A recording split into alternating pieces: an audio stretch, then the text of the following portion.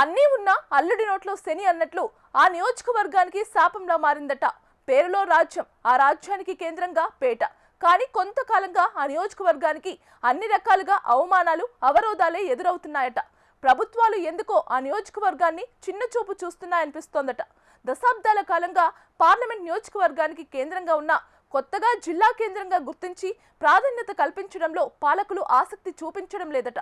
ఎందుకు ఆ నియోజకవర్గానికి ఇలా జరుగుతోంది? ఇంతకు ఏంటా నియోజకవర్గం? రాజంపేట పార్లమెంటు నియోజకవర్గానికి కేంద్ర స్థానం. అయితే పేరులో ఉన్న రాజసం ప్రభుత్వాల ప్రాధాన్యతలో మాత్రం సున్నా అని చెప్పొచ్చు. గత కొన్నేళ్లుగా ఈ నియోజకవర్గం అన్ని రకాలుగా ఎదురుదెబ్బలు తింటోంది. ఉన్న ప్రభుత్వ, ప్రైవేటు రంగ పరిశ్రమలు మూతపడ్డాయి. కొత్త పరిశ్రమలు లేవు. ఉన్న ప్రాజెక్టులు కొట్టుకుపోతున్నాయి.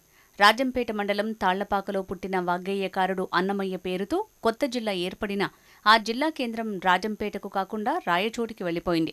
తమ ప్రాంతానికి సొంతమనుకున్నవేవీ నిలబెట్టుకోలేని దయనీయ పరిస్థితి ఇక్కడి రాజకీయ నేతలది. ఏ నాయకుడు తమకు జిల్లా కేంద్రం కావాలని ధైర్యం చేసి పార్టీలను, ప్రభుత్వాలను అడగలేని దౌర్భాగ్య స్థితి. ఇలా అలసత్వానికి గురవుతూ రాజంపేటను జిల్లా కేంద్రం చేయండని వినతిపత్రాలు ఇచ్చుకునే పరిస్థితి స్థానిక ప్రజలకు ఏర్పడింది. ఈ నియోజకవర్గానికి ఏం శాపం తగిలిందో ఏమో కానీ నిరాశ, నిస్పృహలతోనే ప్రజలు జీవనం సాగించాల్సి వస్తోంది. ఉమ్మడి కడప జిల్లా రాజకీయాలలో కీలక పాత్ర పోషించిన రాజంపేట నియోజకవర్గం ఇప్పుడు ఎవ్వరికీ పట్టరానిదిలా మారిపోయింది. రాజంపేట పార్లమెంటు పరిధిలో వైఎస్ కుటుంబానికి ఎంతో ఆదరణ ఉంది. రాజంపేట అసెంబ్లీ నియోజకవర్గంలో కూడా విపరీతమైన ప్రజాదరణ ఉంది. కానీ వైసీపీ ప్రభుత్వంలో జిల్లాల విభజన సందర్భంగా అటు చిత్తూరు జిల్లాలోని మదనపల్లి, తంబలపల్లి, పీలేరు నియోజకవర్గాలతో పాటు ఉమ్మడి కడప జిల్లాలోని రాజంపేట, కోడూరు నియోజకవర్గాలను కలుపుతూ అన్నమయ్య జిల్లాను ఏర్పాటు చేశారు. ఆ సమయంలో భౌగోళికంగా కడప జిల్లాలోని 3 నియోజకవర్గాలకు మధ్యన ఉన్న రాయచోటిని జిల్లా కేంద్రంగా చేసింది అప్పటి వైసీపీ ప్రభుత్వం. తమకు రావాల్సిన జిల్లా కేంద్రాన్ని రాయచోటికి కేటాయించడంపై రాజంపేట ప్రజలు నిరసనలు తెలియజేశారు. 2024 ఎన్నికల ముందు జిల్లాల విభజన శాస్త్రీయంగా జరగలేదని, తెలుగుదేశం పార్టీ అధికారంలోకి వస్తే అన్నమయ్య జిల్లా కేంద్రంగా రాజంపేట, మదనపల్లి జిల్లా కేంద్రంగా మదనపల్లి చేస్తామని అప్పట్లో తెలుగుదేశం నేతలు ఎన్నికల ప్రచార సమయంలో వాగ్దానం చేశారు. వైసీపీ ప్రభుత్వంపై కోపంగా ఉన్న రాజంపేట ప్రజలు తమ అభ్యర్థిని గెలిపిస్తారని తెలుగుదేశం పార్టీ చాలా నమ్మకంగా ఉండేది. కానీ అక్కడ ఎవ్వరూ ఊహించని విధంగా వైసీపీ అభ్యర్థి అమర్నాథ్ రెడ్డి గెలుపొందారు.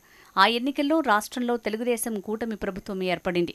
అయితే అన్నమయ్య జిల్లాను 2 జిల్లాలుగా చేసి మదనపల్లెను ఒక జిల్లా కేంద్రంగానూ, రాజంపేటను మరో జిల్లా కేంద్రంగానూ చేస్తారని అందరూ భావిస్తూ వచ్చారు. కానీ ప్రభుత్వం కీలెరిగి వాతపెట్టినట్టుగా మదనపల్లి జిల్లా ఏర్పాటుకు మంత్రివర్గం తీర్మానించింది.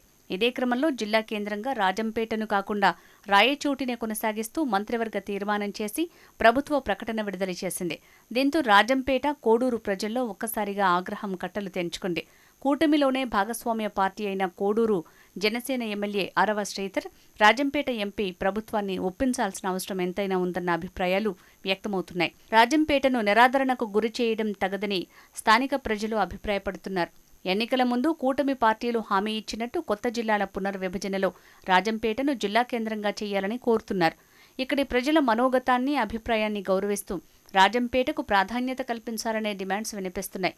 జిల్లా కేంద్రానికి వెళ్లాలంటే చాలా సుదూర ప్రయాణం చేయాల్సి వస్తుందంటున్నారు. జిల్లా కేంద్రంగా రాజంపేటకు అన్ని అర్హతలు ఉన్నా తగిన గుర్తింపు ఇవ్వటం బాధాకరమని సబ్ కమిటీ పునరాలోచనలు చేయాలని విజ్ఞప్తి చేస్తున్నారు.